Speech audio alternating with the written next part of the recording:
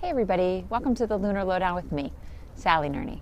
This is the lowdown for the full moon of February 9th, where we have the sun in the late degrees of Capricorn and the moon directly across the way in the late degrees of Cancer. Chiron and Venus are together in Pisces, and Saturn and Pluto are still very close together. But now Saturn has moved into Capricorn and Pluto just at the edge of Sagittarius. When I sat for the vision for this full moon, I found an explosion of light, purifying light.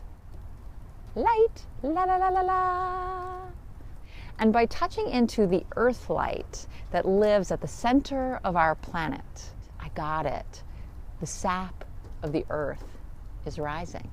We're just past the cross quarter of Imbolc, Candlemas, Groundhog Day, however you slice it. We're about halfway between winter solstice and spring equinox. And the ancients knew and passed down through this tradition of the cross quarters that at this point the light has grown just enough that the sap is beginning to flow again in our friends, the trees. The sap is beginning to flow again in us. And the sap is beginning to flow in the northern hemisphere as this earth light begins to rise. We must each connect and keep connecting to that source energy that we work with, the inner contacts that we work with. Remember, this full moon shines with the light of the sun that is in the end degrees of Capricorn, having just illuminated and magnified this major conjunction of Saturn and Pluto at the last full moon. That was just 2 weeks ago. Yeah.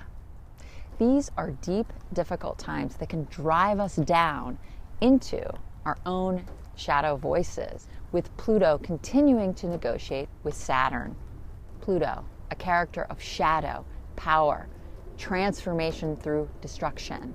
Saturn, a character of contracts and agreements of soul. Karma, destiny, status quo, tradition.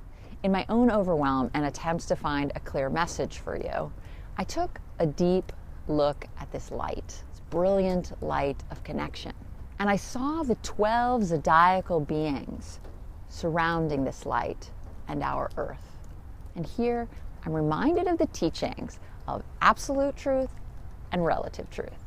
Because I see that for the star beings who have such a grand, broad perspective, for them, the patterns make sense. But for those of us living these moments, we're confronted with the ups and downs, the changes, the oscillations, and they can certainly make us seasick. Ours to consider on this full moon is that from up close, our relative view, our experience can be very painful. Yet from the expanded view, absolute experience and perspective, everything is unfolding as it should. So where do we connect? Where do we weave in? How do we hold both? We do it with the help of these star beings of Capricorn and Cancer, who navigate this tension perpetually. Sun in Capricorn is quite good at the big picture, what I would call the absolute truth. And Moon in Cancer, who excels at the indoors and home, and what I would call relative truth. I am a sidereal Sun in Cancer, and our dear friend, mentor, and teacher, Anastasia Nutt, is a Sun in Capricorn. I reached out to her to ask about this moon, this wisdom that these two beings carry and work with constantly.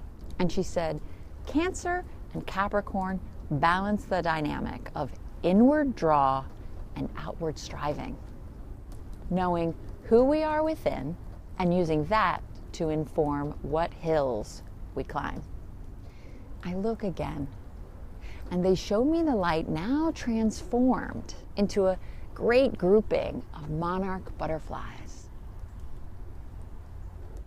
And I sense the message. Nature endures. Nature perseveres. Nature is fragile and breaks and tears. And nature rebuilds. And nature endures and perseveres. As a being of nature, endure, persevere. Yes, sometimes you tear at the edges and maybe even break, but nature rebuilds.